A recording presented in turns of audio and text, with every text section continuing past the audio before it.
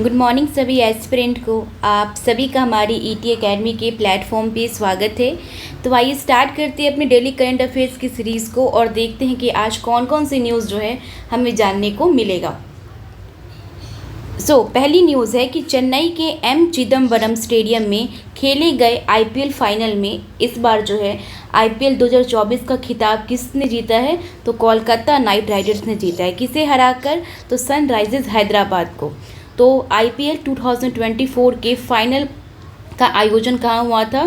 तो M Chidambaram stadium, और ये कहाँ पे है? तो चेन्नई में है। और किसने जीता इस बार? तो कोलकाता नाइट राइडर्स ने जीता है। किसे हरा के? सनराइजर्स हैदराबाद को हरा के। और ये केकेआर का आईपीएल इतिहास में तीसरा बार क्या है? तो तीसरा खिताब है। इससे पहले केकेआर ने 2012 और 2014 में आईपीएल का खिताब जो है जीता था। तो इतनी बात समझ में आ गई। एक बार इसको समराइज़ करेंगे तो पता चलेगा आपको कि आईपीएल 2024 का जो फाइनल का आयोजन था वो सनराइजर्स हैदराबाद और केकेआर के मध्य हुआ। कहाँ पे? तो चेन्नई के एम चिदम्बरम स्टेडियम में। और इसमें केकेआर ने सनराइजर्स हैदराबाद को हरा के आईपीएल 2024 का खिताब अपने नाम किया। और अभी तक के आईपीएल के इतिहास में ये केकेआर का तीसरा आईपीएल का खिताब है। पहला इसने 2012 में जीता था, दूसरा 2014 में जीता और तीसरा भी 2024 में जीता। अगर हम आईपीएल की बात करें तो इंडियन प्रीमियर लीग इसका फुल फॉर्म होता है। इसका पहला एडिशन कब हुआ था? 2008 में। और पहला विजेता कौन था? तो राजस्थान रॉयल्स था। और इसके आयोजनकर्ता कौन है आईपीएल के? तो बीसीसीआई के द्वारा जो है इसका आयोजन किया जाता है। अगली न्यूज़ है कि गीता नौसेदा जो है वो दूसरी बार यूरोपीय देश लिथुआनिया के राष्ट्रपति चुने गए हैं। तो लिथुआनिया के राष्ट्रपति कौन है? ये एक यूरोपीय देश है लिथुआनिया।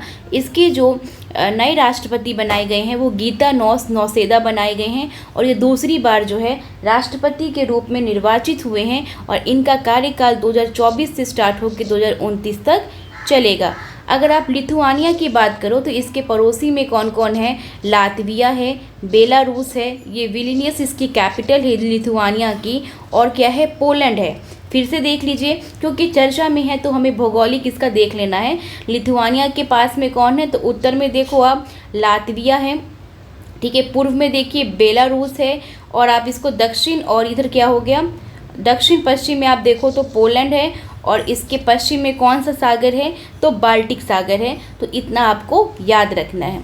अगली न्यूज़ है कि ताशकंद में एशियाई विमेंस आर्टिस्टिक जिम्नास्टिक चैंपियनशिप का आयोजन किया गया। और इसमें भारतीय जिम्नास्ट दीपा करमाकर ने स्वर्ण पदक जीता है।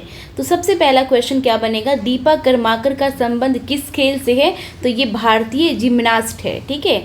और इन्होंने एशियाई विमेंस आर्टिस्टिक जिम्नास्टिक चैंपियनशिप में भारत को स्वर्ण पदक दिलाया है। और ये एशियाई विमेंस आर्टिस्टिक जिम्नास्टिक चैंपियनशिप का आयोजन कहाँ हुआ? तो उज्बेकिस्तान की राजधानी ताशकंद में हुआ। और सबसे इम्पॉर्टेंट बात यह है ना कि एशियन चैम्पियनशिप में स्वर्ण पदक जीतने वाली वह पहली भारतीय जिम्नास्टिक बन गई है। तो इसलिए ये इम्पॉर्टेंट है। अगर दीपा करमाकर को आप देखो तो इनका संबंध किस राज्य से है भारत के? तो भारत के त्रिपुरा राज्य से इनका संबंध है। इनको गोल्डन गर्ल के नाम से भी जाना जाता है। तो पूछा जा सकता है ना, निम्न में से कौन सा खिलाड़ी गोल्डन गर्ल के नाम से जाना जाती है, ठीक है। तो दीपा करमाकर, इनको 3 अवार्ड्स मिले हुए हैं। अर्जुन अवार्ड 2015, मेजर ध्यानचंद खेल रत्न अवार्ड 2016 और पद्मश्री से भी सम्मानित किया गया इन्हें 2017 में। अगली न्यूज़ है कि कांस फिल्म फेस्टिवल में ग्रैंड प्रिक्स अवार्ड से सम्मानित होने वाली पहली भारतीय फिल्मकार कौन बनी है? तो पायल कपाड़िया बनी है। इनको यह अवार्ड जो है उनकी film All We Imagine as Light के लिए सम्मानित किया गया है। तो किन्हें सम्मानित किया गया है? पायल कपाड़िया को। कौन से अवार्ड से? तो ग्रैंड प्रिक्स अवार्ड से। और ये पहली भारतीय फिल्मकार है। किस फिल्म के लिए? All We Imagine as Light. अगली न्यूज़ है कि 11th world para athletics championship 2024 का आयोजन जापान के कोबे में हुआ था। और भारत ने इसमें कुल 17 पदक जीते हैं, 6 गोल्ड, 5 सिल्वर और 6 ब्रॉन्ज। और भारत जो है 17 पदक के साथ पदक तालिका में कौन से नंबर पे है? तो 6ठे नंबर पे है। तो याद रखिएगा, इससे हमने बहुत सारी इन्फॉर्मेशन को प्रीवियस वीडियो में देखा है, ठीक है। तो आप लोग मुझे कमेंट करके ये बताइएगा, आज का आप लोग का क्वेश्चन ये है, ठीक है, कि भारत ने जो वर्ल्ड पैरा एथलेटिक्स चैम्पियनशिप 2024 में 6 गोल्ड जीते हैं, तो आप मुझे 6 गोल्ड जीतने वाले के प्लेयर्स के नाम कमेंट सेक्शन में लिख के बताइएगा, और साथ में उनका संबंध किस खेल से है ये भी बताएंगे आप सभी लोग, ठीक है। अगली न्यूज़ है कि तमिलनाडु वन विभाग ने तमिलनाडु में स्थित सत्यमंगलम टाइगर रिजर्व में 3 दिवसीय हाथी जनगणना शुरू किया है। चूँकि यहाँ पे एक कार्य शुरू हो रहा है हाथी जनगणना, तो इस लिहाज से सत्यमंगलम टाइगर रिजर्व जो है वो चर्चा में है। तो क्वेश्चन सीधा पूछा जा सकता है आपसे कि हाल ही में चर्चा में रहा सत्यमंगलम टाइगर रिजर्व कहाँ अवस्थित है, तो तमिलनाडु में अवस्थित है। अगर आप इसके बारे में देखो तो ये अभ्यारण्य जो है 2008 में घोषित किया गया था, और टाइगर रिजर्व के रूप में इसे अधिसूचित 2013 में किया गया।